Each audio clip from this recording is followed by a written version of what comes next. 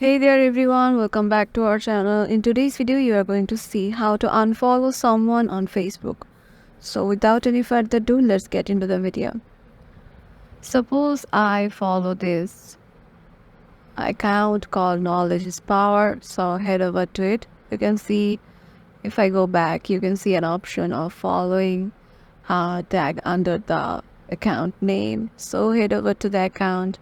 As you can see, I have already liked this channel and also follow it. So go to the three dots icon, and here you can see my following is turned on, and as I want to unfollow someone, so all I have to do is click on the following again and click on unfollow, and yeah, you have just unfollowed someone on Facebook. And this is applicable for everyone, every channel, every broadcasting channel, anything, any group, etc.